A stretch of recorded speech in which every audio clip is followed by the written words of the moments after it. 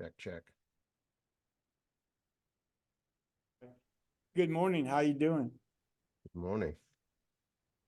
Okay, we're going to start out right away. If you could, we have three series of questions. One's going to be one series basically to introduce yourself.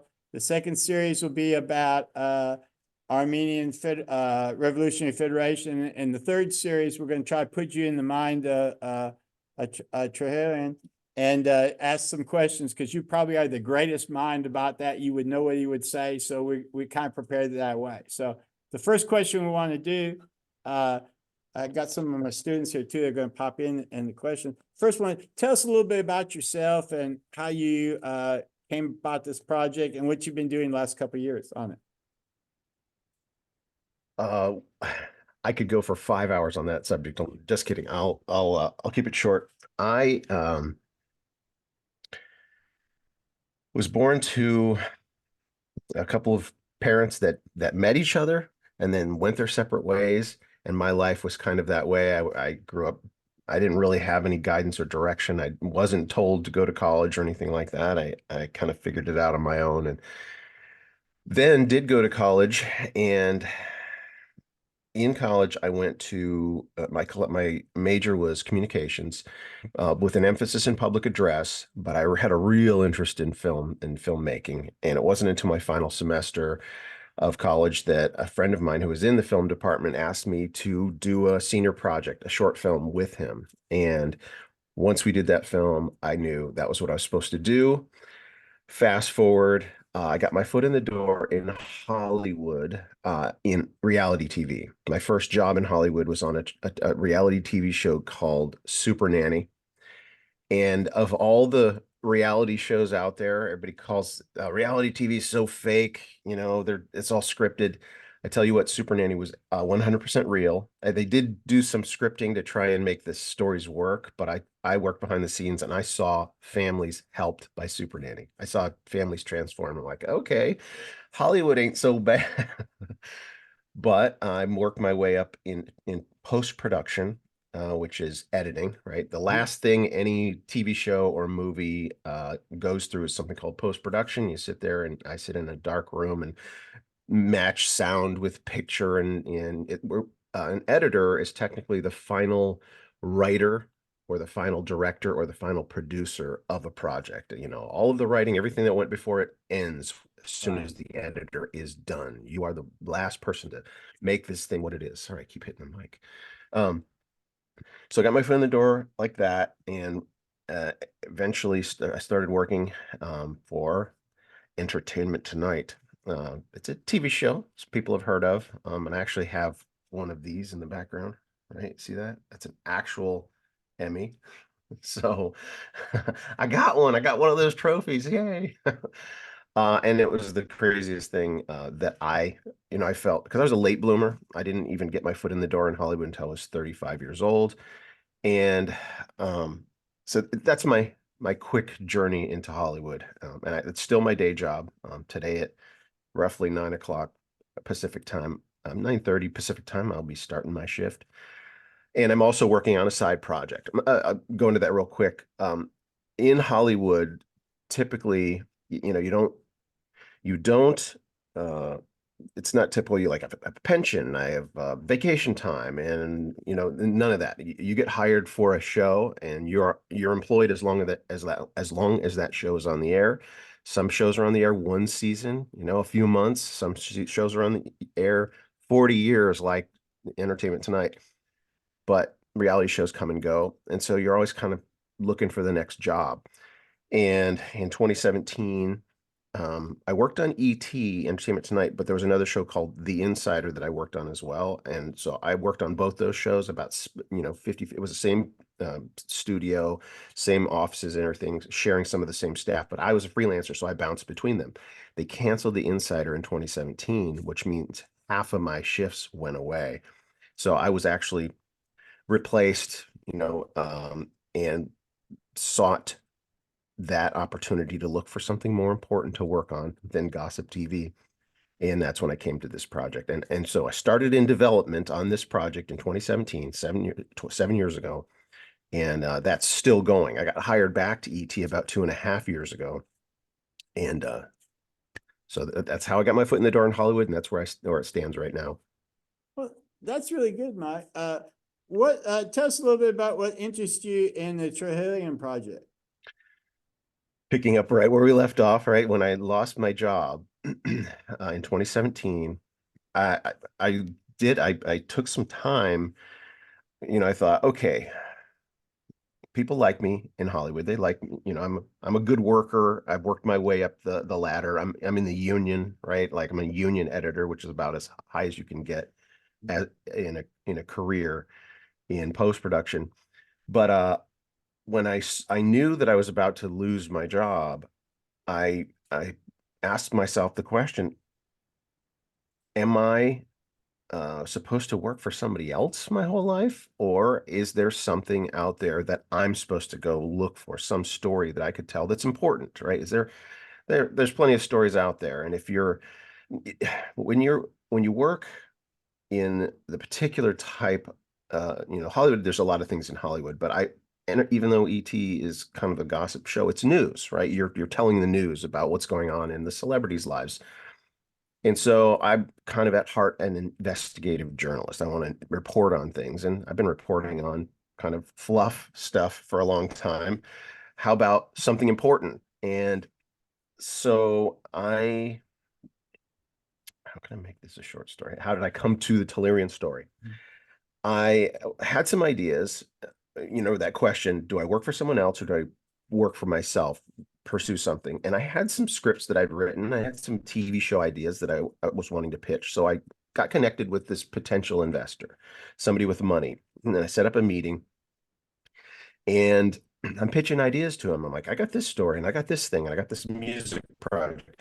And he wasn't biting or my ideas, but he said this one thing. He said, I'm not sure, but my friends told me that Armenia was the first Christian nation, and being a Christian, having gone to church much of my life, the thought never occurred to me that there was a first Christian nation. So that intrigued me when he said that, a first Christian nation. And he said, I think you should look into the Armenian genocide. There must be a hero story. And at that point in my life, I had barely even heard of the Armenian genocide. I mean, like, here I am, a father of three and a career person, and I'm like, okay, a hero story. And what he said was kind of like Geronimo for his people, right? An oppressed people group, a suppressed, uh, uh, mistreated population had a hero like Geronimo. He said there must be a hero like Geronimo, like an Armenian Geronimo. And in Hollywood, you have to have a hero story. Otherwise, nobody's going to want to make the movie. Nobody's going to want to make the project or watch it. There has to be a hero. And when I say hero in Hollywood or in storytelling, there are really only two genres. There are tragedies and comedies. And that means sad endings and happy endings, right? It doesn't mean, slapstick comedies, theatrically or the description of the type of story. There are tragedies and comedies, and the most successful films are comedies, Marvel movies with happy endings. Those are all technically comedies. So you have to have a hero in order for a story to be compelling for anybody to want to watch it. So I started researching the Armenian genocide because this guy said, maybe there's a hero story there. And I'm like, if I find a hero, maybe this guy will be interested. That was the incentive, the motivation. And that same day, and I'm gonna tell you this. This really happened. Um, and it's sometimes things happen that are inexplicable that indicate you're on the right path. I left that meeting with that guy. This was a potential investor, and normally those meetings are 45 minutes. It's a meet and greet. What do you got for me? Yes, no, goodbye. Um, and he said no to my ideas, but he pitched an idea to me. That meeting went 2 hours. And in the middle of that meeting, he says, Armenian genocide movie. Those three words, Armenian genocide movie, stuck in my head. Never crossed those three words in that order, had never crossed my audio, my sensory. I'd never heard those words in that order before. I get to my car. Before I go to my next stop, I'm checking just the news feed as we do on our phones. And I'm not kidding. the very first three words my eyes fall upon, Armenian genocide movie. It was, I'm like, wait, I just heard those three words for the first time, and now I'm seeing those three words in that same combination for the first time. And it was a news article about a documentary that was just coming out, and they were talking about advertisement for it, but some places didn't want to advertise for it because it was a political hot button issue or whatever. That's all the article was about. And so I'd heard those words and I had seen those words, and sometimes that's how God speaks to you. It was uncanny to me. And so immediately I contacted a friend from work. I had one more day at ET before I was out of a job, and I contacted one of my friends there, the only Armenian I knew. And I'm like, "You're Armenian, right? Tell me." And the next day at work, she takes me on Wikipedia and it's World War I era. She starts educating me. She pulls up a picture of 30 guys with bandolero bullet belts and rifles. And she says, "These are my people." And what she meant by specifically was the Armenian Revolutionary Federation. This is 30 guys with bandolero bullet belts and rifles. And I'm looking at this picture going, there's an Armenian Geronimo in this picture. There's 30 Armenian Geronimos in this picture. I was like, okay, I'm onto something. There's a story here. And so I immediately just started researching, because you have to have a hero. You can't have 30 heroes. You have to have one hero to follow. And I came across the name Talat Pasha, who was assassinated by Soghomon Tehlirian. I mean, I went through some other stories, some other narratives, trying to figure out, okay, where's the happy ending? Where's the happy ending? This is a genocide. Where's the happy ending? Soghomon Tehlirian is the only Armenian to have a happy ending out of the Armenian genocide. And it is the Hollywood ending of Hollywood endings.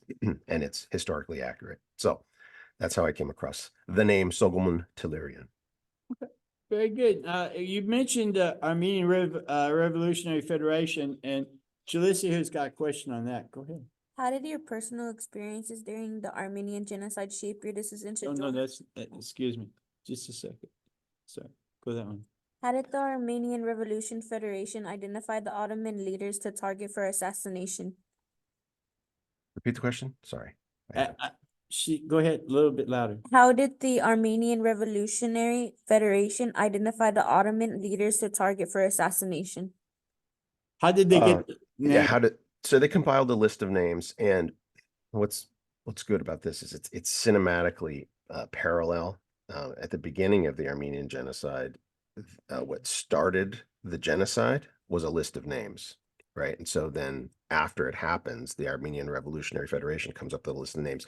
Now, the list of names that the Young Turks and the Ottoman Empire, it was a list of 250 names. And just for the historical context, for you to understand what that means, is there's a Kristallnacht, I think is what it's called. The Night of the Long Knives is something that happened in World War II, where Hitler and his commanders one night went out and assassinated all the opposition. Anybody who was resistant to Adolf Hitler in the government, in the culture, they just assassinated them at night. They knock on their door and stab them to death, stuff like that. Just kind of out of the blue, let's take out our opposition. Well, that was kind of a copy of what Talat Pasha and the Young Turks did on April 24th, 1915.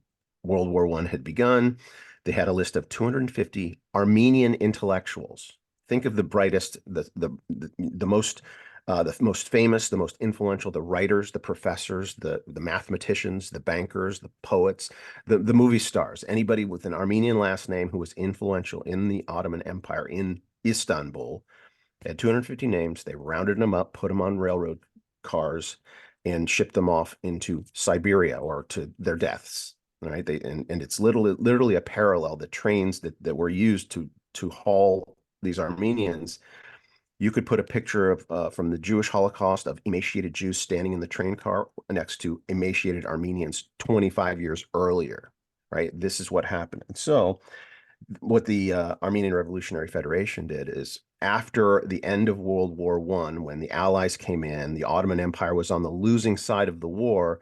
The leadership, the Grand Vizier, the Minister of War, the Minister of the Interior, the Minister of the Navy, and the governor of Istanbul, some extremely influential Ottoman authorities escaped. Well, they were sentenced to death by the new government in Istanbul, but they had all escaped. That one guy was still there, and they hung him. But there was a long list that were sentenced to death. So the Armenians knew those names and added to those names. So that's how they put the list together. Those who were identified by the government officials as being the primary perpetrators of the genocide. Keep in mind the word genocide hadn't been coined yet, so it was the Mezgegern is the Armenian name, which means the great catastrophe, but the Holocaust. I refer to it as technically it's a Christian Holocaust because it wasn't just Armenians. It was everyone who's Christian in the Ottoman Empire. It was Armenians, Greeks, Assyrians, Kurds. Kurds were an ethnic population that were about 50-50 Muslim, 50-50 Christian. So anyone that was Christian was targeted. So the Christian Holocaust, those who were the perpetrators of the Christian Holocaust of World War I were on the list of the ARF. Okay. What time frame did the Operation Nemesis orchestrated by the Armenian Revolutionary Federation operate in? When did they start, and when were they done on that? Here's this incredible narrative. So because it's a story from a little over 100 years ago, it's fading in a lot of people's minds. And those people who do know this story, in particular in the ARF, the Armenian Revolutionary Federation, is a political party. For your information, they're called the Dashnaks. The ARF is the English translation, but they're called Dashnaks. There's also Hunchaks, which is another political party, and the Ramgavars is another political party.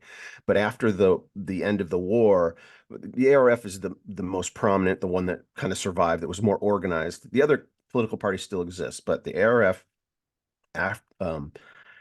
after the war in 1918, that's when the Armenians thought they were going to get their country back, right? There were treaties being signed, and the Armenians were betrayed even further after the war in the Treaty of Versailles, etc. But if you ask a lot of ARF members today, because Soghomon Tehlirian is a hero, not just in Armenia, but in the ARF, because they're the ones that, he was considered one of their political heroes, not just an Armenian hero, but he's their guy.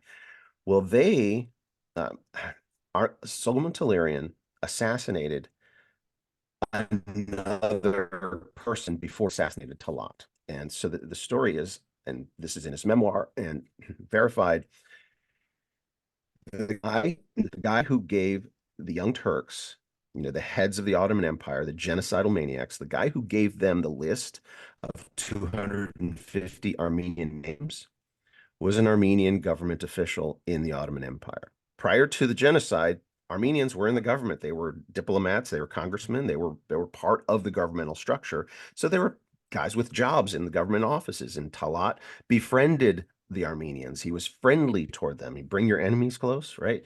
And the guy who gave that list of 250 Armenian elites, the intellectuals, to Talat and the Young Turks, that guy was referred to as the informant. He was an Armenian betrayer. He was like the backstabber of the Armenian people. And he was still alive in Istanbul after the genocide. He had a house in the nicest neighborhood town, living high off the hog on blood money. All right. So Soghomon Tehlirian had a vision before this. There's so much detail to his story that we're not able, for their time constraints. We'll get to it, but he was on the trail of Talat Pasha after the war. He's like, justice hasn't been served. I'm just a guy, but something has to be done. And so he found his way to Istanbul and found out, he didn't know all the details. He found out from some of his political informants about the informant that gave the list. And so Soghomon Tehlirian tracked that guy down and assassinated him. The guy was having a dinner party in his home. He had a big picture window by the dining room. Soghomon Tehlirian, of his own accord, shot the guy through the window, and the guy died in the hospital a couple days later. That action that we would refer to as terrorism, right? And it's like, you don't encourage anybody to take that do those things and take that into their own hands. It's important about this story is not to encourage anybody to emulate him. I believe Soghomon was a special, called to do this, and I can make those cases. But The significance of this event, Soghomon Tehlirian successfully assassinating that informant, sent shockwaves through the community. About 9 months later, this was in 2018, 2019. I mean, sorry, 1918, 100 years ago, 1918, 1919. It was 1918 when he assassinated the informant. In 1919, the ARF, they have their annual conference, the political party, like a convention. They have their annual conference to go over issues with their people because they were the kind of the remnant of the government. And they had a special little item on their agenda. This is 9 months after the assassination of the informant. They had an agenda called Operation Nemesis. And this is a secretive operation that's going to be funded by the Armenian communities around the world. They came up with a list of names. They came up with, a strategy and the figureheads that would run the operation. And they saw that it was possible to find the culprits and assassinate them.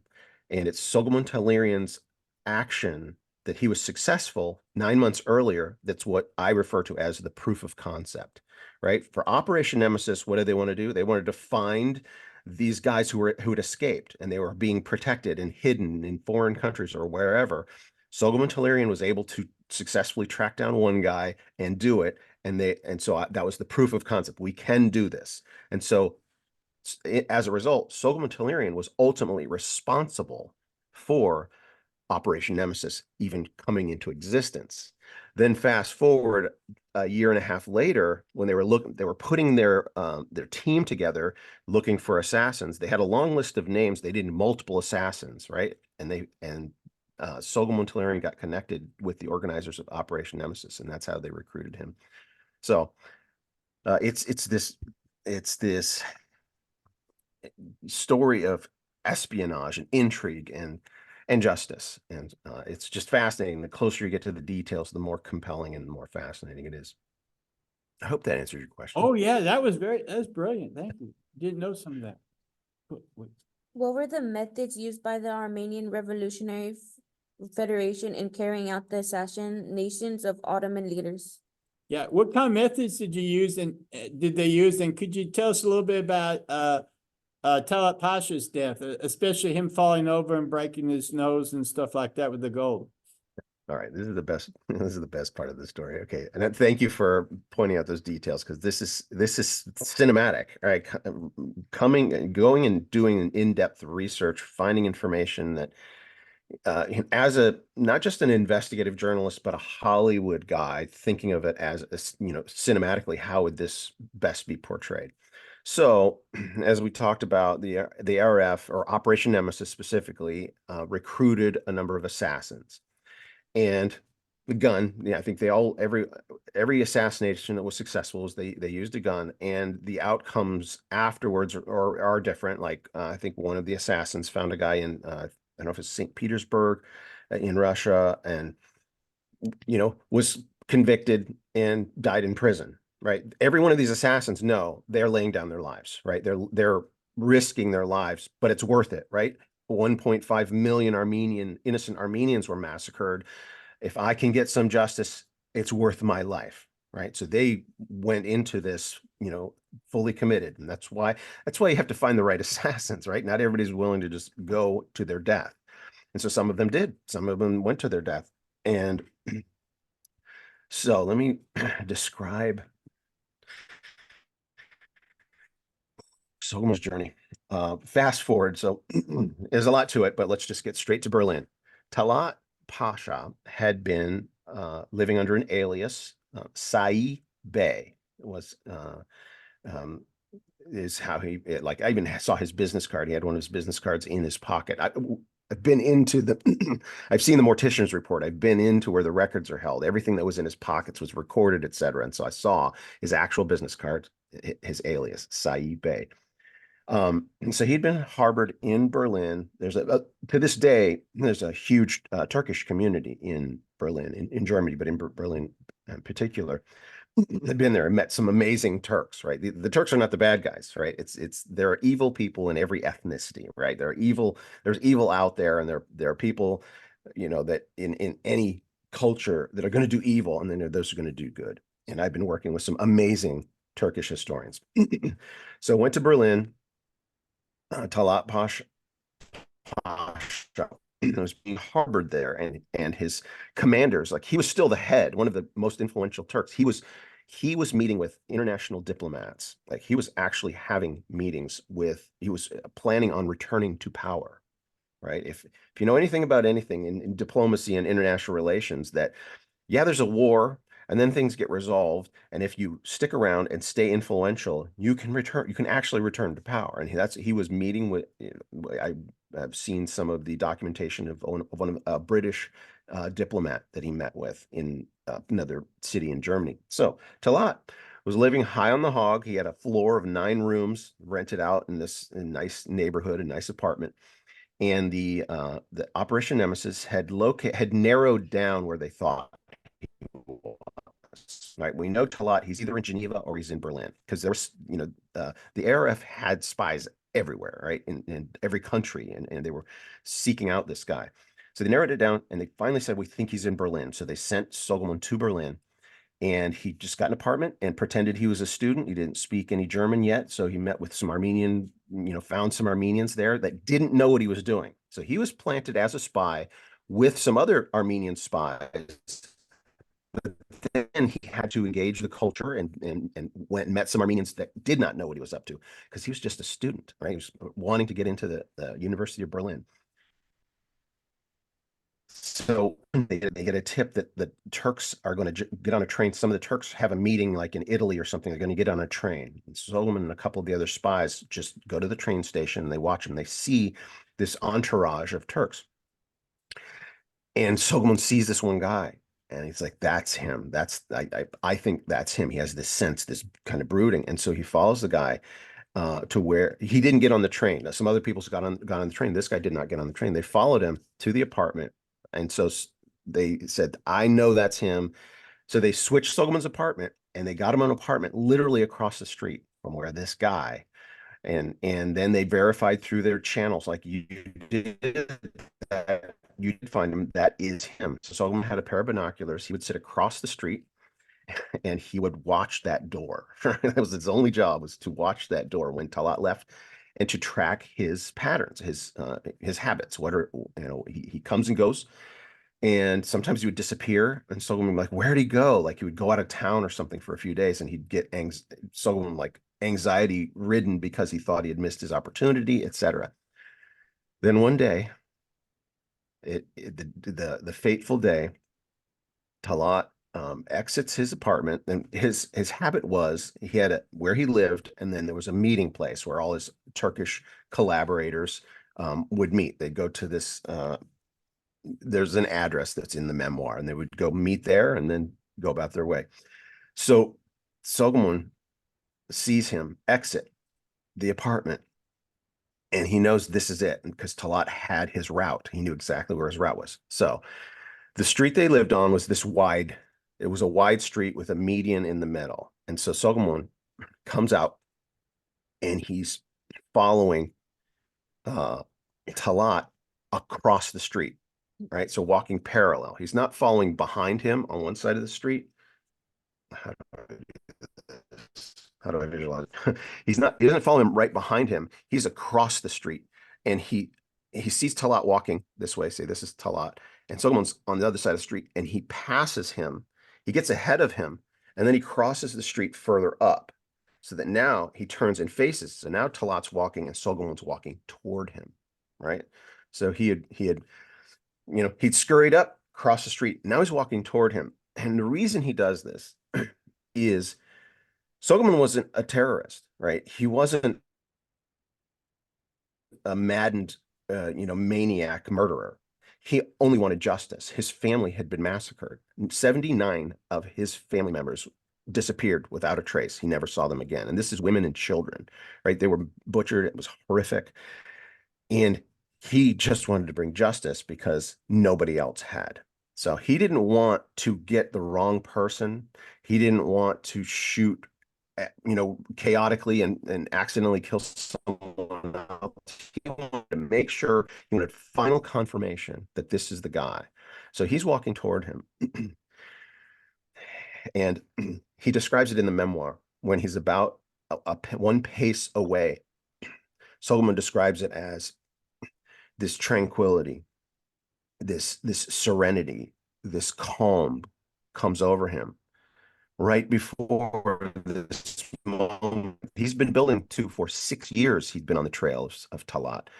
So he's one pace away and he looks directly in Talat's eyes. And Talat, he's swinging his cane. This is his normal walk. He's just out enjoying the Berlin neighborhood. And Solomon looks him straight in the eye, and Talat looks and recognizes.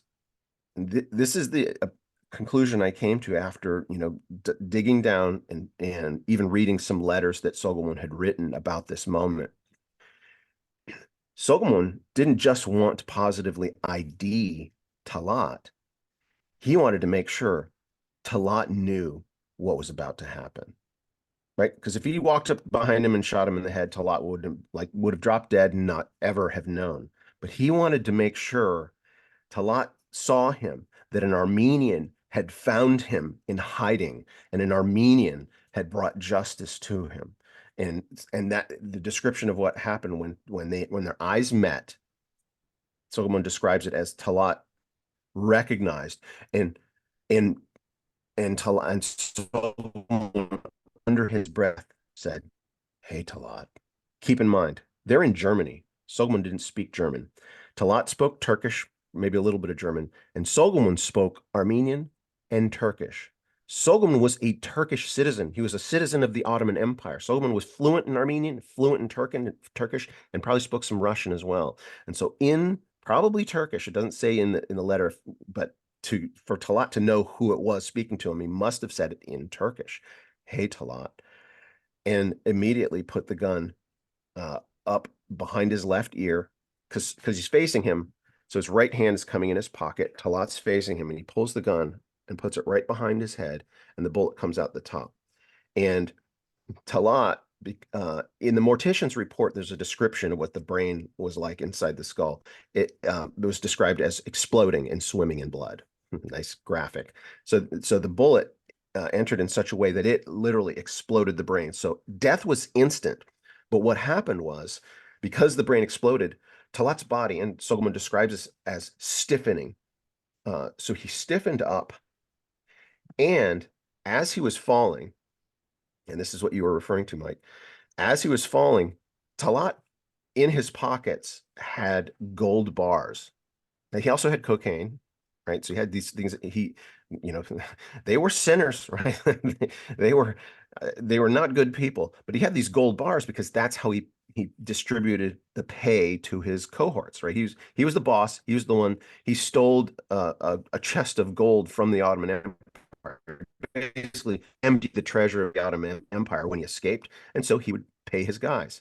And so he stiffened up, and the gold bars brought his face at an accelerated rate onto the concrete, and so the skull and the face, it was a pool of blood. It was a disgusting mess, but something well deserved. I tell a lot. Yeah, one corollary to that could be is that a lot of people don't realize that the Republic of Turkey wasn't founded until October 29th of 23. So Talat Pasha maybe even had ideas, if he would have lived, to go back to Turkey and take over from Mustafa Kemal. So Mustafa Kemal was just a bunch of rebels, although he signed the Treaty of Moscow, the Treaty of Kars, and the Treaty of Lausanne before he became the Republic of Turkey.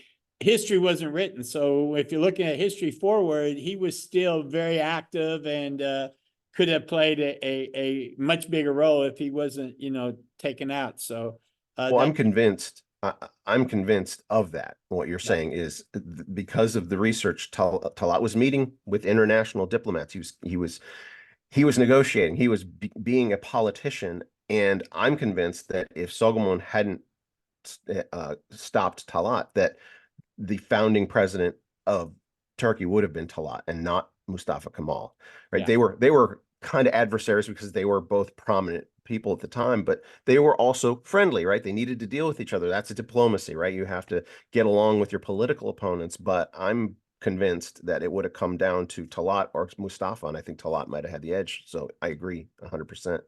Okay, now what we'd like to do is kind of change this up a little bit and put you in the role of Trujillo and ask you questions like how he would answer. And our first question is, what drew you to the Armenian Revolutionary Federation, and when did you first become involved in that organization? All right, so I have to say this from the first person. Yeah. You can say from whatever. I just put the questions like that, but I kind of thought it would be kind of fun to try to get into the mind, because you've been so much into this person's mind that it's become part of your second nature. So I thought this would be nobody's probably interviewed you like this, so this would be kind of interesting. Yeah. So as Soghomon Tehlirian, I'm not a political person. I'm not, I love art. I love history. I love my people, the Armenian people. I believe that we're supposed to be in this land, Armenia. It's our God-given land. We should be here and be able to thrive. I want to start a farm and have a family. And so politics is necessary evil. The Armenian Revolutionary Federation is a prominent political party. I don't necessarily associate with them, but if they, uh, so stepping out of the Soghomon Tehlirian voice is he does not talk much about his political affiliation or allegiances. It's the first real trace of it is when he gets to Istanbul and he meets this political activist named Yaranuhi Danielian, and she was a Hunchak, right? Not a Dashnak, right? And think about Republicans and Democrats as hostile to one another as possible. Hunchak and Dashnaks did not get along. However, when you have a common goal that transcends your political wranglings, it is possible to unify. And so Soghomon Tehlirian, in that meeting, when he describes that initial meeting with her, that's the first place that the political leanings or their affiliations come up. And he brings it up for that reason. It's like, you're a Hunchak and I'm a Dashnak, but who cares? We're both after the same guy. And so they were friends. And it's ultimately, so Soghomon comes to a dead end in Istanbul. Talat had escaped, and he assassinates the informant, and now he has to kind of hide because they're after him. And so he goes to Paris because there was a delegation from Armenia or from the Ottoman Empire went to Paris, it was the Treaty of Versailles, that the negotiations were happening. And so he followed that delegation to Paris, just trying to find support, etc. And this Hunchak activist that he had met, she went to the United States. She got a job in the US as a teacher. And so they parted ways. And so he was kind of on his own. And this is kind of his low point, right? He's like on his own in Paris. He finds a little apartment. He doesn't have any money. He gets a job as a shoemaker. Like there's an Armenian guy who had a shoe store and made shoes, and he hired Soghomon and trained him to make shoes. So here's Soghomon trying to bring justice, and at a dead end. None of the Armenians will finance him. They're like, you're crazy, kid. You want to kill that guy? You'll never find him, right? That's essentially what he ran into. And then he goes to the Armenian consulate. He'd always check in with the Armenian consulate in Paris, and he gets a note, meet me at such and such cafe. And Soghomon shows up, and there's this really good looking girl there, and she looks familiar. Turns out she's the sister of the Hunchak activist.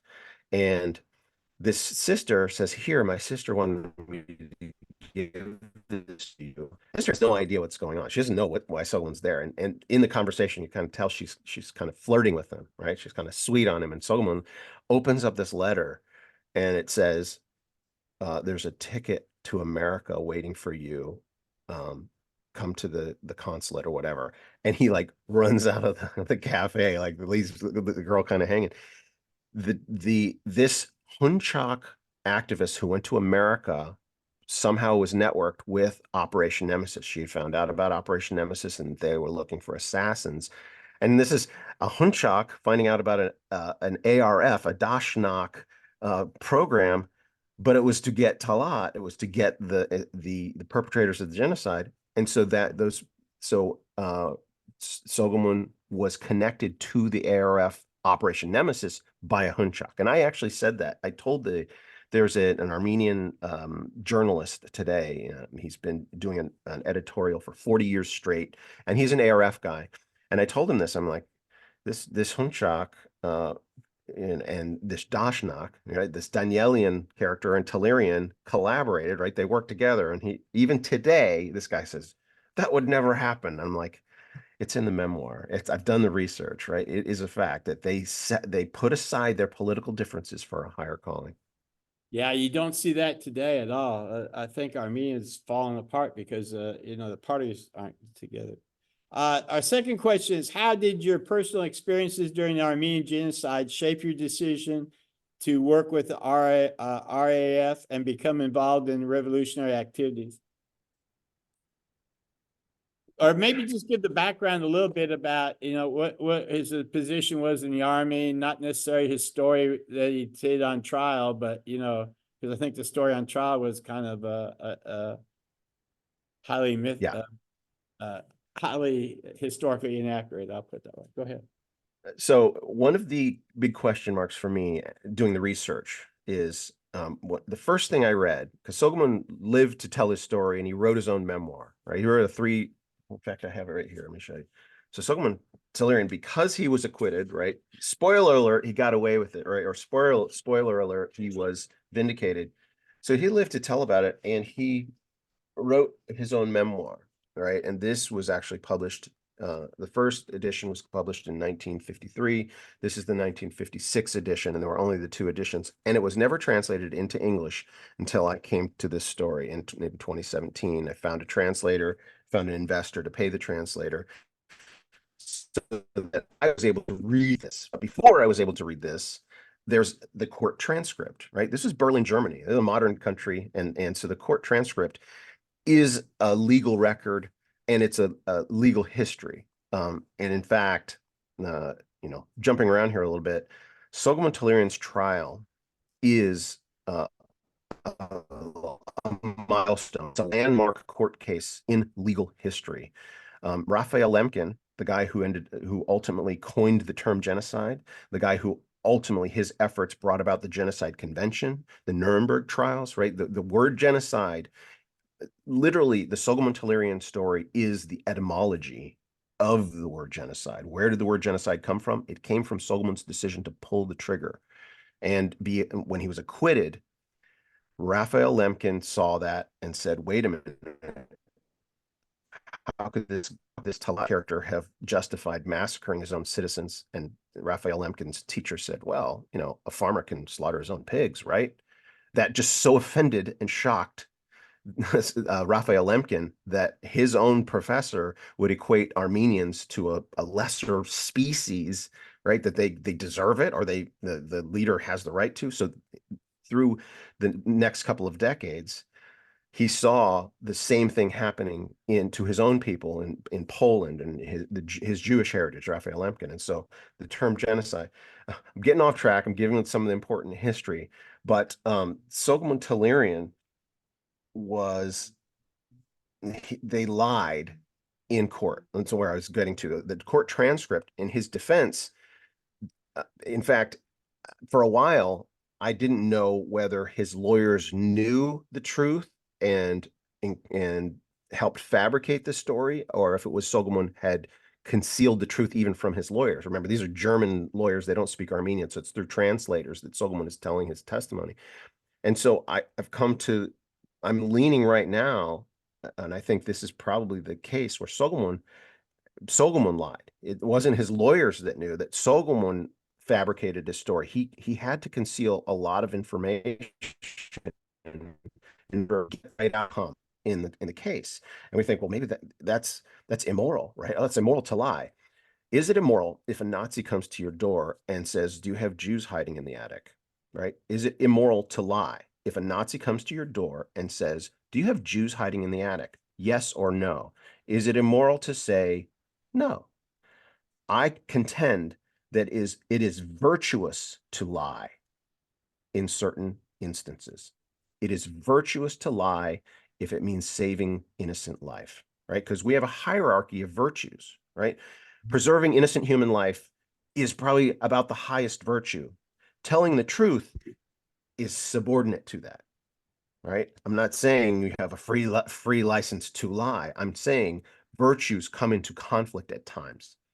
And so Soghomon, knowing that he would be put to death if this courtroom knew that he worked with a political conspiracy, right? That he was a part of an assassin squad, that he was a part of an international spy network, right? If the court in Berlin found out he was actually an agent of the Armenian government, because that's the case, right? The Armenian Revolutionary Federation was the remnant of a government that had just been massacred, right? And so was authorized by a magistrate. And this is the most important thing that people need to understand about this story. And I hinted at it earlier. You cannot use Soghomon as an example. You should not go out and assassinate people, right? You should not be motivated to go and assassinate anyone. Soghomon Tehlirian was a singular special case. Think of, for example, SEAL Team 6 and Osama bin Laden, if you're familiar with that story, right? SEAL Team 6 was a government authorized by the sovereign magistrate of the United States of America. And there's a one SEAL team member who actually pulled the trigger that killed Osama bin Laden because Osama was being harbored by an enemy nation, or a nation that was not friendly. That's what international law is about. How do you bring justice across borders? And so Operation Nemesis is kind of like a SEAL Team 6 type of operation. But you can't tell the German government, like you couldn't tell the Pakistan government about your operation to come and get Osama bin Laden. You couldn't tell them that. It had to be a secret. So Soghomon Tehlirian didn't have a Black Hawk helicopter to get out of there, right? He didn't have any way to escape. The goal was for him to surrender and go on trial, and for Talat's actions to be exposed. Not Soghomon's actions, but through Soghomon's actions, for Talat's actions to be exposed, for the witnesses to get up there. So with all of that being said, Soghomon, like, I can't tell about the conspiracy. And I have to, they have to think that I saw my family. They had to think that I was there in the Ottoman Empire when my family was massacred. Soghomon didn't see any of it. He didn't see his family. I shouldn't say he didn't see any of it. He didn't see his family massacred, even though he testified in court that he did. But, and here's where it becomes cinematic as well, is Soghomon, one of the first things Soghomon did after the genocide, before he killed the informant, before he got to Istanbul, he was in Echmiadzin, or he was in Yerevan, Armenia, after the end of the war, gathering orphans. Right? You just had an entire population massacred. You've got these children that were told by their parents, run and don't turn back. Right? Run and don't turn back. These children who the day before were playing kickball in their backyard, the next day their families are being herded up into a caravan, or outright butchered, and their families are saying run. And so these are the remnants of Armenia. And so Soghomon Tehlirian was appointed the official orphan gatherer. I'm getting to the courtroom and the lying here in a second. So Soghomon Tehlirian he started gathering orphans and searching for these feral children, right, that had been in wilderness for a year since their families had been massacred. And he starts gathering orphans. And once they gather them, this other character, Hago, he's a journalist, and they start interviewing the orphans. And so Soghomon is sitting there listening to the testimony of these orphans, testifying about the last time they saw their loved ones. And it's these heartrending, horrific stories of butchery and massacre. These young children describing the ending of their families and their families' lives. And so traumatic for Soghomon.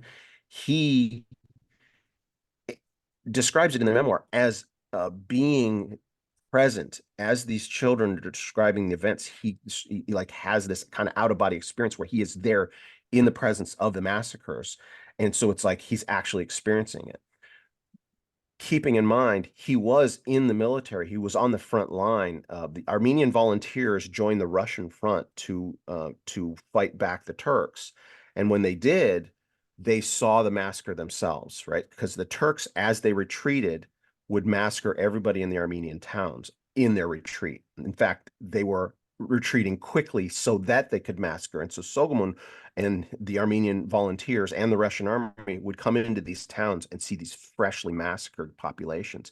And so that's what, you call it post-traumatic stress disorder. Soghomon had these traumatic moments. So in the courtroom, when Soghomon is describing seeing his own family massacred, which he never did, but when you use the word family as your ethnic group, Soghomon Tehlirian is a representative of Armenian ethnicity. That is his family. He is Armenia. And so he's describing visions that he had of other children's families being massacred. It wasn't his own. And so what was I went on a tangent. There was a very specific point in this question that I don't think I've gotten to yet. Read the question again. Okay. Well, it brings up another question, Mike.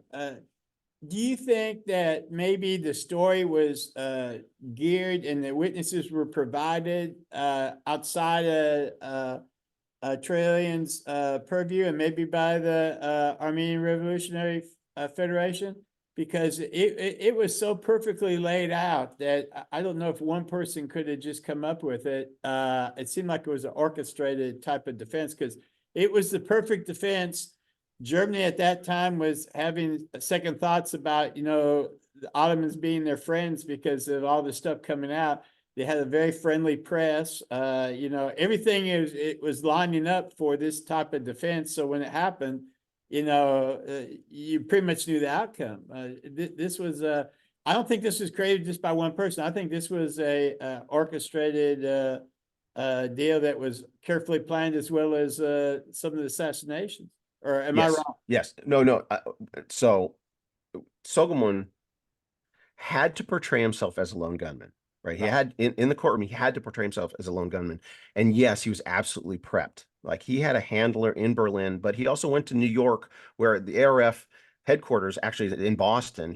He came into New York and went into Boston, and he was there for a few months. So there was all kinds of prep. I think every one of these assassins was prepped with some of the narrative. Here's, if you're caught, when you're caught, here are some of the narratives. And so I think his handler in Berlin, a guy named Shahan Nadali, an unsung hero of this story, was prepped him. So I think, yes, a lot of this narratives was prepped ahead of time, but not with Soghomond's lawyers. That was the point I was making. Soghomon had to conceal it from his lawyers, but the ARF had planned this. So, and here's the thing. People were on pins and needles. Everybody was on Soghomon Tehlirian's, not everyone, but the populace, the courtroom, were on Soghomon's side once they recognized what was happening and what this case was really about. But there was no precedent for this. This verdict is called jury nullification. It happens occasionally when a case is presented where there is no precedent. We've never had a international case where a world leader is assassinated by somebody else and it's not even a part of our country. In fact, Soghomon knew very little German. He lived in the country for about 2-3 months.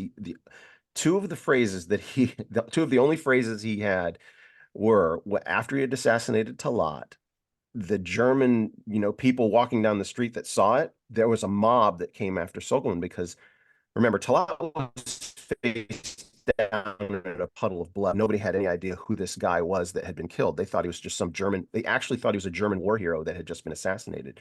And so Soghomon, when the crowd is pummeling him, he's going in his broken German, I'm Armenian, he's Turkish. This doesn't involve you. That's what he's saying, proud. I'm Armenian and he's Turkish. This doesn't involve you, right? And so he had, oh, sorry, I got a notification that my internet, you can still hear me, right? Yeah. Oh, yeah. Yeah. Okay. So I think his lawyers, I don't know that they were absolutely ignorant of some of the details and that he was fabricating, but I don't think they were in on it. But I'll tell you this, because everybody's on pins and needles, it's a death sentence, right? You kill somebody, it's a death sentence. He admitted, like, it was premeditated homicide. He testified to it, right? Yeah, I planned this, yes. And so everybody's like, wait, no, in our legal system, that means you go to death. At the very least, you go to 15 years of hard labor, which is equivalent to a death sentence. Right. But when the verdict was read, the courtroom exploded in cheers, right? It's a miracle, right?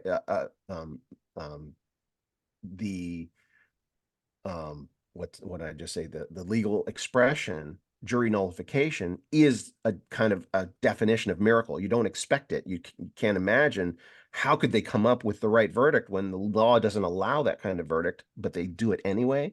It's a miracle of jurisprudence.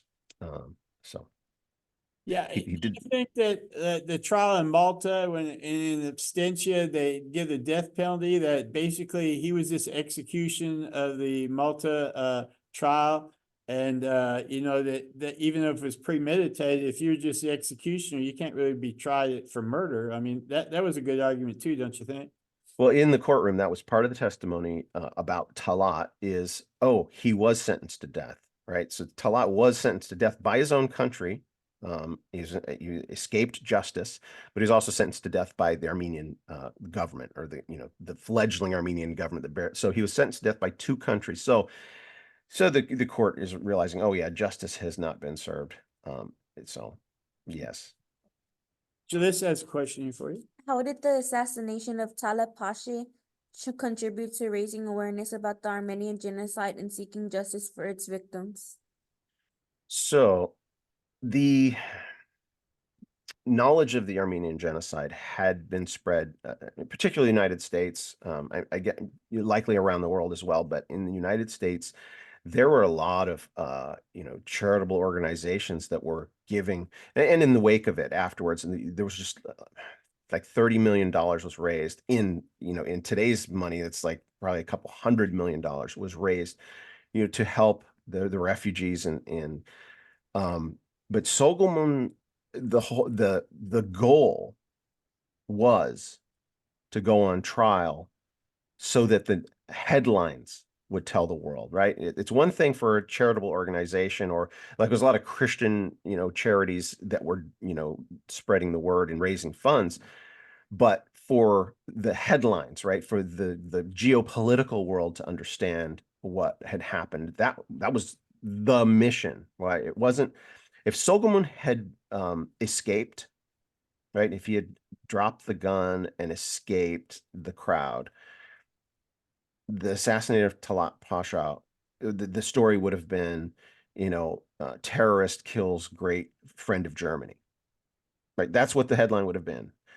Armenian or terrorist or something, lone gunman had killed this great friend of Germany because he was a friend of Germany. In fact, his funeral was attended by some world leaders. Talat Pasha's funeral was attended by some great dignitaries, right? Until the trial, right? He was still viewed as a heroic, diplomat, a world leader in Germany.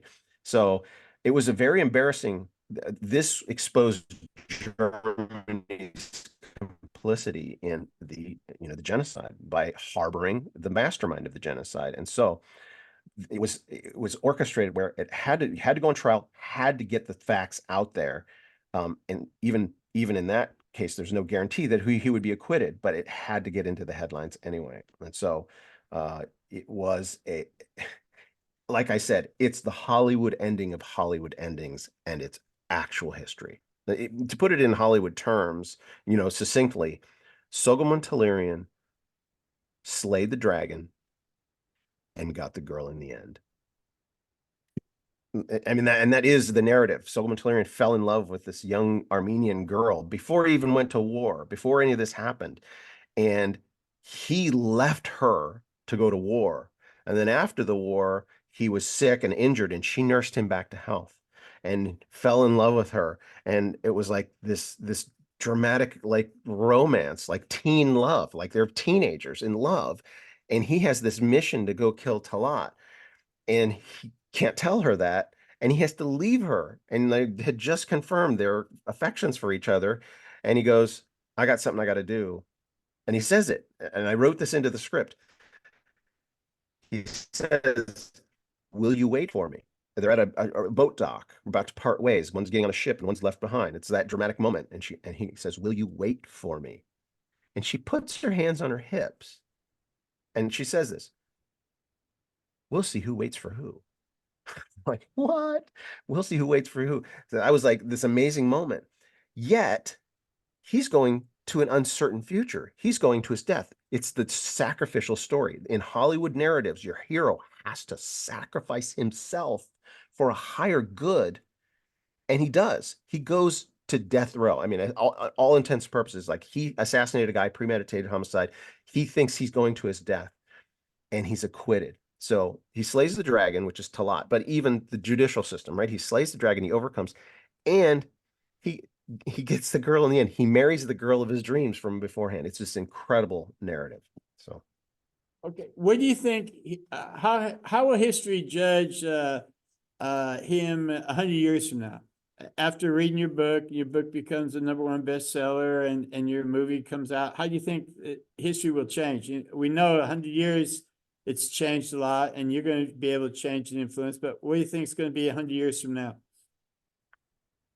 all right, pretend I don't exist. All right, we'll do that first, right? If I didn't exist, right? I'm not to be self-important, but if I hadn't come to this story, what would happen is, by the way, I have so many tangents to go on, but I'll answer the question instead. Sure. The son of Soghomon Tehlirian has become my friend, right? Oh. When I came to this story, I'm like, there were two questions I asked. Number one, why don't I already know this story? Which is what you're talking about. Why isn't this story well known? Why don't I already know the story? And the second question I asked was, where's the family? If I'm going to tell this story, I want to tell the right story. I want the family's sign off on it. And I found his son, Zavin, and he was 94 years old and he passed away 2 weeks ago.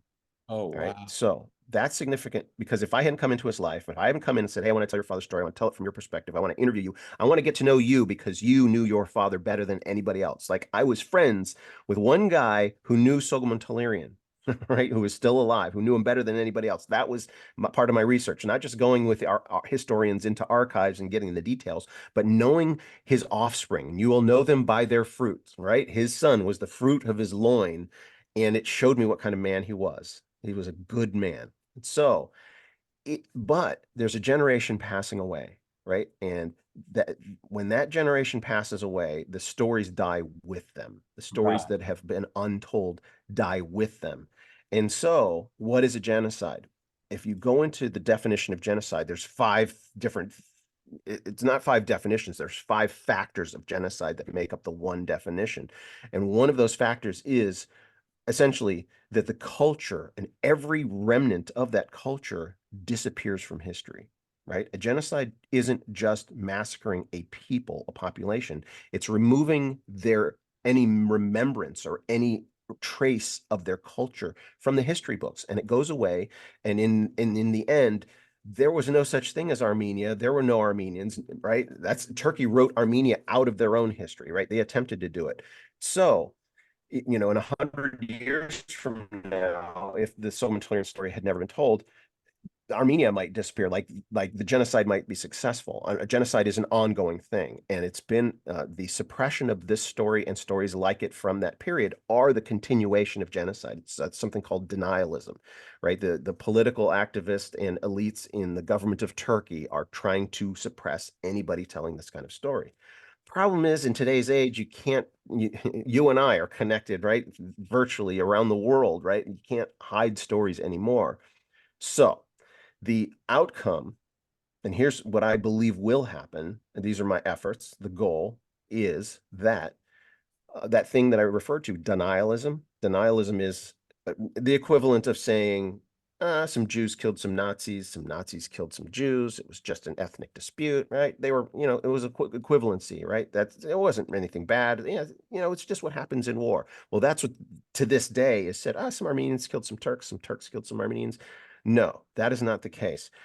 Denialism will be gone. I believe in 100 years from now that Soghomon Tehlirian's name will be as ubiquitous as George Washington or Winston Churchill, or I dare I say Jesus Christ, right? Soghomon Tehlirian's name will be such a fixture in people's understanding as a historical event. Soghomon Tehlirian and Talat Pasha, right? Because the way this story will unfold is essentially Hitler had a hero, right? Hitler had a hero. And I don't mean he had a poster on in his room of somebody he worshiped. I mean, he had a political strategist that he emulated, Talat Pasha. This story connects World War I to World War II in the historical context. Soghomon and Talat's narrative will become the module in academia that's taught immediately before World War II and Hitler, right? You will know something called the Christian Holocaust, right? That'll be a phrase that's ubiquitous. You will know the name Soghomon Tehlirian. When people say the name Soghomon, people are like, oh yeah, it's what that one culture did to that culture before Hitler and inspired Hitler. In fact, here's another way to put it: is the Armenian genocide or the Christian Holocaust was the another word I used earlier was the I hate it when an expression escapes you. Proof of concept, right? Armenian genocide was the proof of concept for Hitler. He was inspired because Talat got away with it. In 1939, nobody knew, right?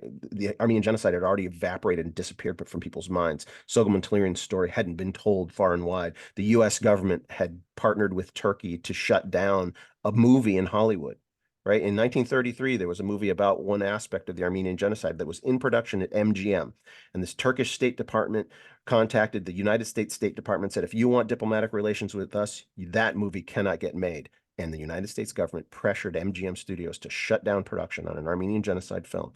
So in 1933, so that by 1939, enough of that suppression happened that Hitler said, oh, they got away with it. We can do it too.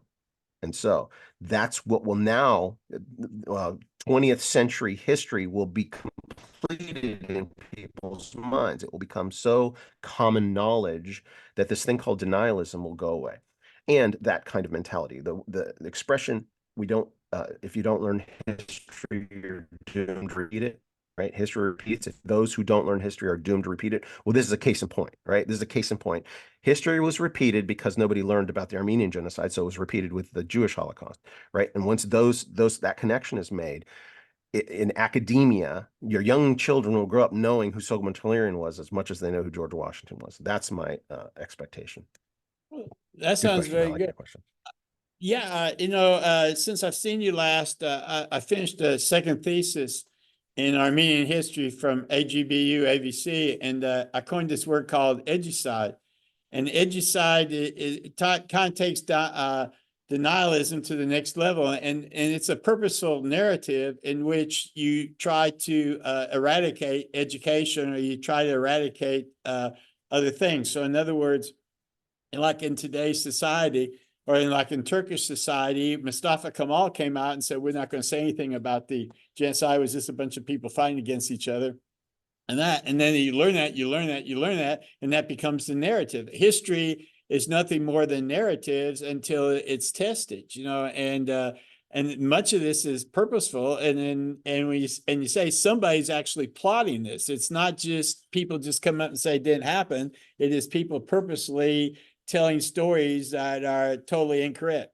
For example, you take Aktash. If you listen to MSNBC or CNN or anything like that, back in September, when they had the one-day war, you would have said that these were separatists of the people that lived in the Baku government controlled them.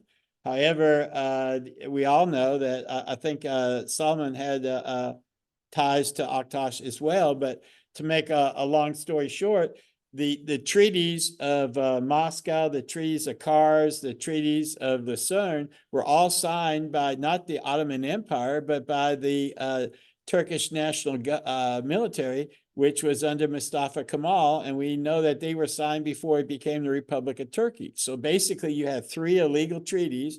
You add those in, put a little salt with Stalin, and what you end up having is 171 countries recognize that the Baku government controls Aktash, where it was actually illegal treaties all the way along. So, just because people believe it doesn't make it true, is what I'm trying to say. You're doing an excellent job. Your work here trying to get historical facts out to people to stop the narrative in which you could show that, like you said, you shouldn't take justice for yourself, but somebody has to do it, and that's, I think, my question to you is now, what lessons have you learned, and what would you like to share with anybody this or academia, or we're giving some conference talks this next week. We're going to use some spices. What would you suggest for educators, and how important is this film for the next generation of people learning about this? Thank you for the question, because that's essential. And as I've been working with academians, right? I've been working with historians because it was essential to me to get it as accurate as possible, because what I found is the closer I get to the details, the more compelling it is. I'm a trained storyteller, right? I'm a professional, right? I'm a pro. I work in the industry. What do we do? We tell stories. I'm supposed to be, an expert storyteller. And I've written scripts that have, I've gotten A-list eyes on, in particular one script, just to test. Can I do this? Can I write? I'm sure I'm an editor. I can do the technical side, but the writing of the story, the narrative, to draw people in, can I do that? And this A-lister's like, yeah, you got what it takes. So I'm a pro storyteller. I know how to do it. So that all happened before I came to the story, knowing a compelling story, knowing how to create a compelling story. When I came across Soghomon Tehlirian's story, I found that my creativity was taking back seat, right? I have the ability to be creative, the recognition of interesting and compelling narrative, but now I'm taking that background and focusing in on actual events that happened. And I'm like, wow, I couldn't have made this up. I couldn't have crafted this more brilliantly. This is the two details, the actual facts of history. So, and with the family, with the son, Zavin, son of Soghomon, he only let me in his door or into his life under the condition, he said, as long as you promise to tell the truth. And I was like, oh, confirmation. All I want to do is tell the truth. Soghomon Tehlirian wrote it in his memoir, but there's more to the story. So I teamed with some historians, both Turkish historians and Armenian historians. You got to get them both signed off on the facts, right? Only the facts that they'll agree to. And this Turkish historian is, I asked both of them, I said, in academia, is this narrative, is it 50-50? Half historians say, oh, it wasn't a genocide, and half say it. It's like, no. This is one of those established facts of history. It's only a small fringe that are paid off by Ankara that are opposing this. No, academia knows that this really happened. But what is the message, or what's the takeaway that young people and that the future generations need to gather from this is it takes a compelling narrative to draw people into the truth, right? You need a hero story. It's not being loving history is not enough, because you're not going to convince a bunch of people to love history. But if you can get people to fall in love with a hero that's a historical character, and I refer to Soghomon Tehlirian affectionately as the Forrest Gump of the Armenian genocide. Right. If you think about the narrative, even though that was a fabricated narrative of Forrest Gump, well, he's in all these significant moments. He's like in Vietnam, and he's with Kennedy, and he, invents the smiley face T-shirt. Right. There's all these, these iconic cultural moments that are crafted into the Forrest Gump narrative. Well, there are these essential historical events from World War I and this Armenian genocide, and Soghomon Tehlirian is present at all of them. Right? He's 100 miles away from the assassination of Archduke Franz Ferdinand. Soghomon lives in Serbia. The guy who assassinated at the beginning of World War I, right? The inciting incident that started World War I. Soghomon Tehlirian's there. Soghomon Tehlirian's 18. The assassin who killed Gavrilo Princip, who killed Archduke Franz Ferdinand, he's 19, right? So he starts right there. Soghomon is with the Armenian volunteers. There were only 1,400 Armenian volunteers that joined the Russian front, right? He's a part of that. He's serving under the greatest Armenian general. Fast forward, he's in Istanbul. He kills the informant, right? He goes to Paris, where the Treaty of Versailles is being signed, right? He comes to the United States of America, to New York, to Boston. Right? Soghomon Tehlirian, he goes to Berlin, and Adolf Hitler's best friend is in the courtroom. right? So it's like one guy, one narrative will teach all of history. So one to kind of summarize this concept, and this just came to me the other day when I was talking to my historian. My historian was arguing with me about how I was presenting one of the points in this story. And I realized he's a historian. He loves history. He loves the minutia. He loves all the details. But that's a unique kind of person, right? There's not everybody can engage with history like that. So in order to get people to fall in love with history, you have to take someone like me who's a storyteller to find the right story that will tell all of history, right? All of a specific history. So I think this is a model, something to be emulated. Let's look through history to find these compelling stories of justice through a hero, right? You might think you'd have to go through these look at the villains in history and find the heroes that arose. So I don't know if that answers your question. Yeah, that was great. Now, what have you learned through doing this project that you would do differently, if anything?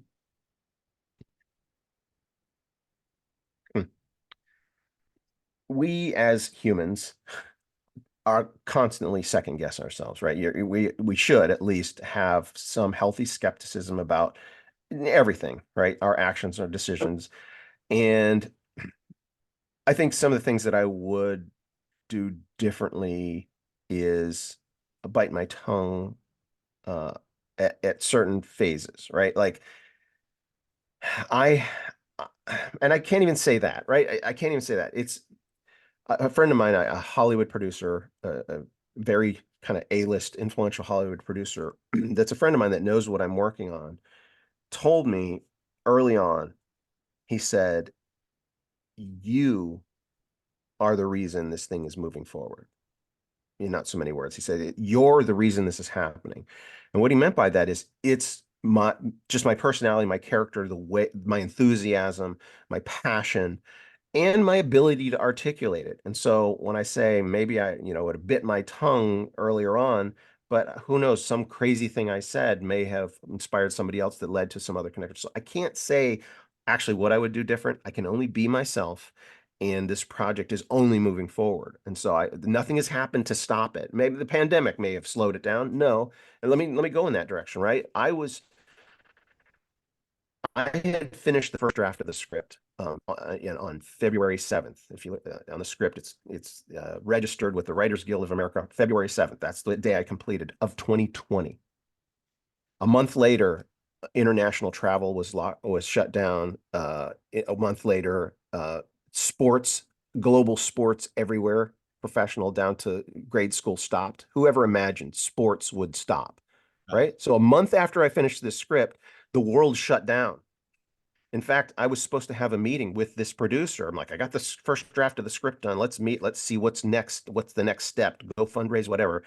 And literally the day international flight was shut down, the following day was supposed to be my meeting. So I texted him like, "Are we still having a meeting tomorrow?" He goes, "I'm putting out fires on all my movies." In other words, if you're making movies and you can't travel, you're not making movies anymore, right? You can't go make movies. So he was shutting down those movies. And that told me, okay, we're not in development on my project. He's not picking anything up. He's dropping things. He's cutting things out of his schedule. So, but that was out of my control. It's not something I could do or change. But what happened was it showed me this story is too important to do just one movie. It's too important even just to do a trilogy, right? This is, encompasses 25 years of history from 1895 to 1921, about 26 years of history.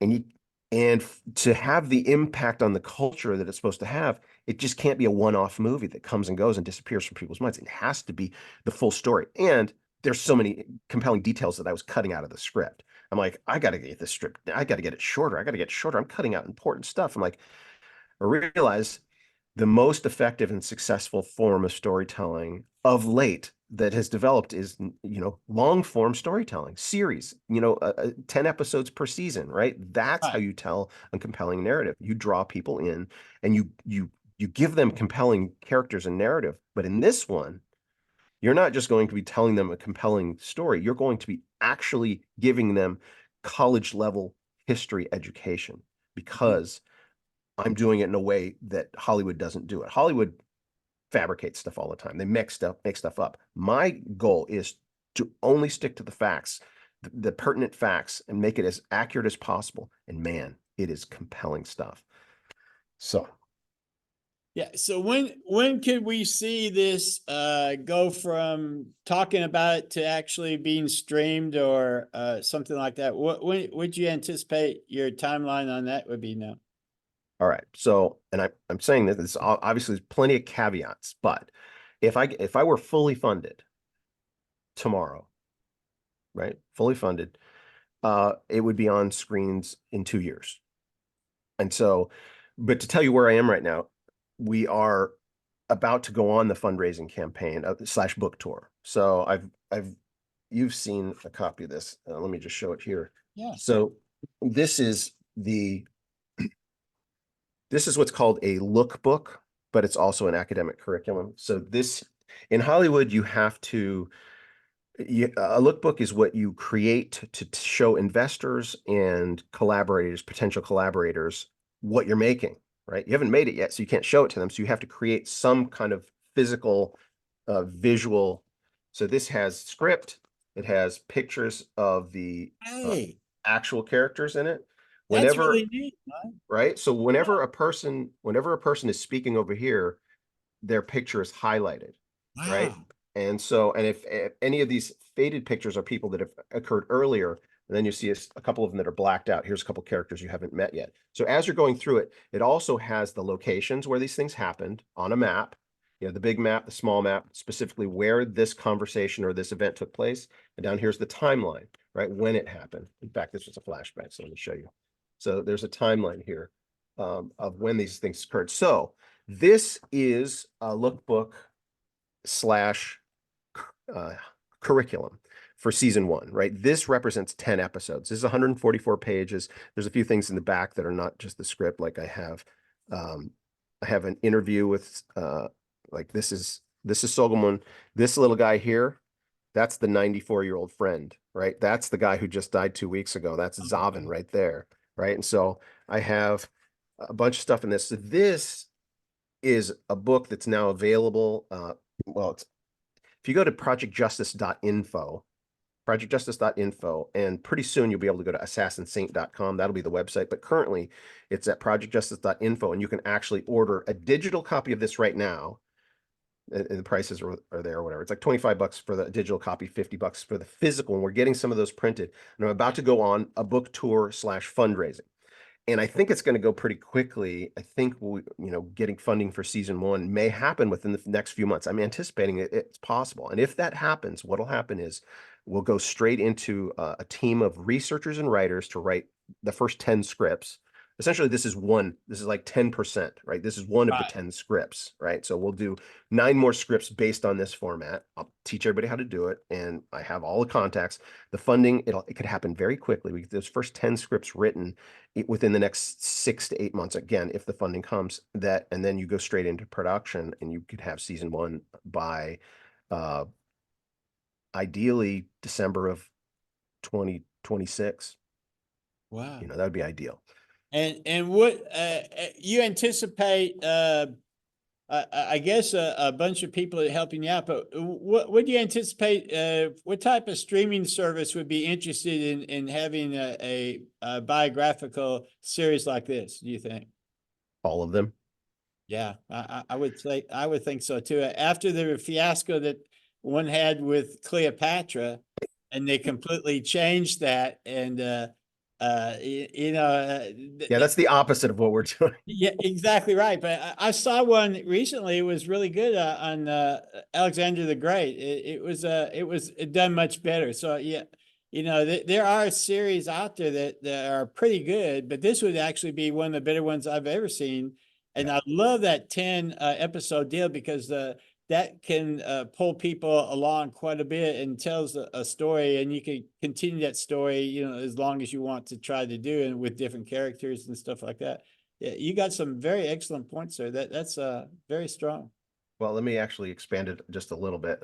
So when I say this is the spine or the outline of season one of 10 episodes, that's season one of 4, right? Right. So here at the very back, this book is one of 4, right? So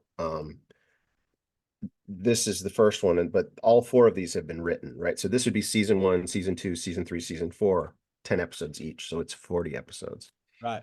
Yeah, I think that's the way to go. If you ever watch novellas or you ever watch some of the stuff from, they'll have it, I guess Korea stops about 16, but some of these some ones like this, if you could get all the people together, it's almost easier to keep on filming Yeah, than it is to stop and try to renegotiate. You almost like NFL contracts. yeah.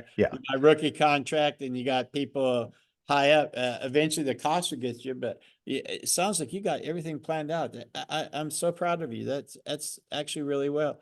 I've been interested in this project for a long period of time. I'm glad I got to try to catch up with you a little bit.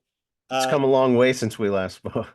yeah, it really has. But seriously, it's coming closer to I think the finish line, which is really, really good.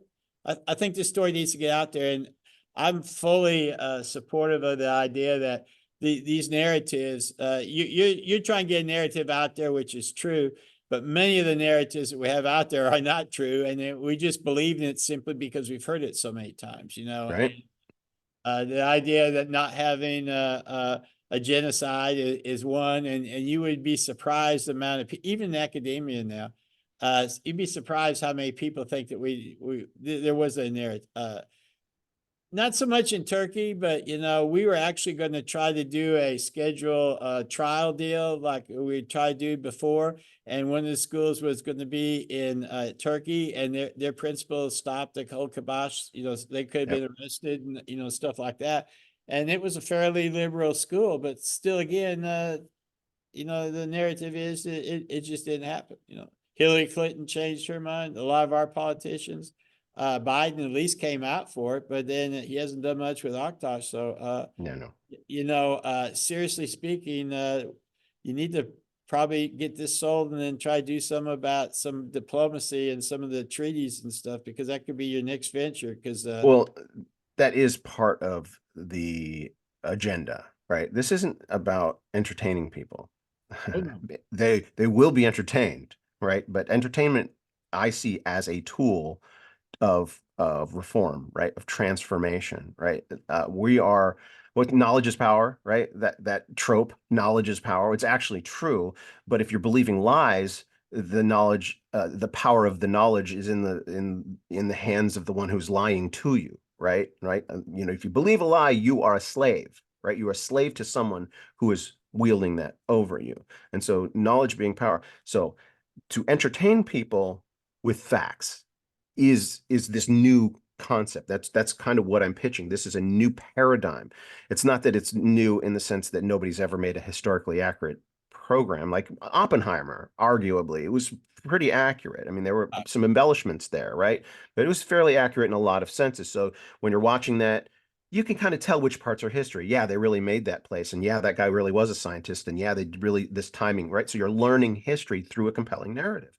But for me, the goal is to omit as much Hollywood embellishment as possible. So Oppenheimer had like that Einstein thing, right? There's a couple things that were fabricated there to Hollywood thinks they can tell a compelling narrative. My goal is to entertain in order to educate, and by educating the masses to make this narrative so well commonly known, it will transform culture geopolitically. And my goal is to get it into Turkey, right? To make it free for anybody in Turkey. This is not for Armenians.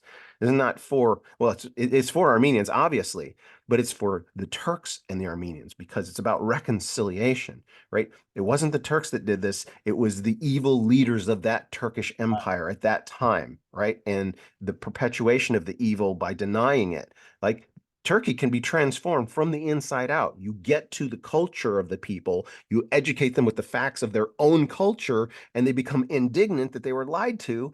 And there's this transformation that happens from within. Yeah, I would include Azerbaijan too.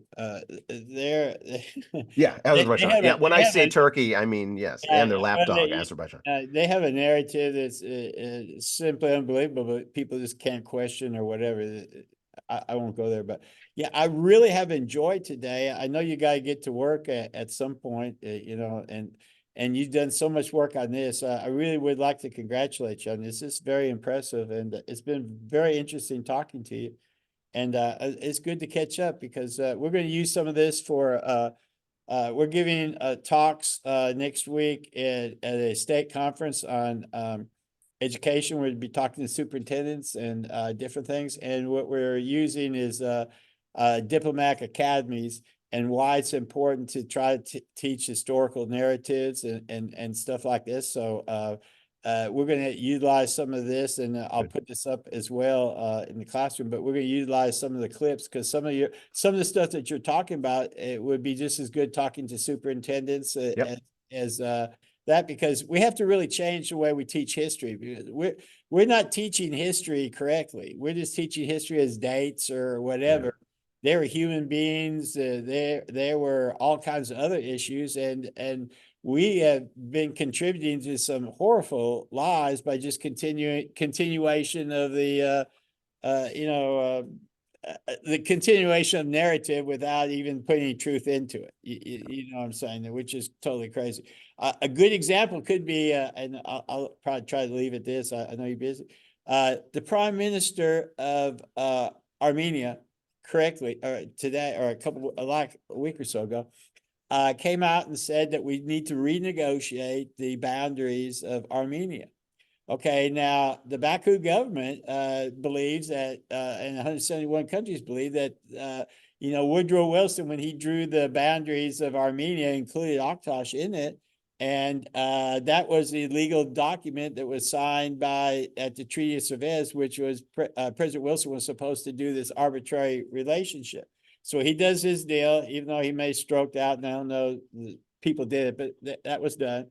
The boundaries have been no negotiations. All these treaties that people had, if they realized what it was, are all illegal. So why in the world are we upholding an illegal treaty? Why are we arguing this? We should start arguing the truth. So, you're battling out there telling the truth, and more power to you. I just asked one question kind of quickly. There are a lot of very wealthy Armenians in Southern California. They're not interested in trying to fund? Well, the infrastructure that I need is underway, right? So I have lists of names. I'm networking in the community, and I haven't even gone to pitch to money yet, Okay. literally. So I have the website that's almost ready. And when that website goes up, it means the book will be available for purchase, right? I can go and just pitch my idea to people, but I want the grassroots and I want the infrastructure, right? And so I'm networking with the grassroots. I'm networking with non-Armenian Christians because this is about the first Christian nation. And so that's my angle with Christianity. It's like there's 2.4 billion people on the planet that refer to themselves as Christians. Armenian history is their history. If Armenia is the first Christian nation, that's the history. That's our own as a Christian nation, Christian culture. So I am building this infrastructure, and it's almost ready. Like the website's almost ready, and the book is almost ready for purchase. As soon as that's ready, that's part of my press kit, right? Then I'll be reaching out. I'll be going on interviews with high profile. Like I've got some contacts saying, "Hey, I need to pitch you to this guy. I need to pitch you to that guy." So it's happening, and I have again a list of names, some wealthy Armenians and wealthy non-Armenians that I will be. I'll be making my rounds. So Oh, I think it's wow. going to happen. I think it's going to happen quickly. Oh, good. Congratulations, and have a really blessed day. And you're doing such good work. I know God's really pleased, and so is everybody back here. And like I said, best of luck for your future. Okay. Thank Thank you so you. much, Matt. I'm happy to do this anytime. If you need me to talk to some superintendents, I'll come there too. Okay, thanks a lot. Bye. Bye.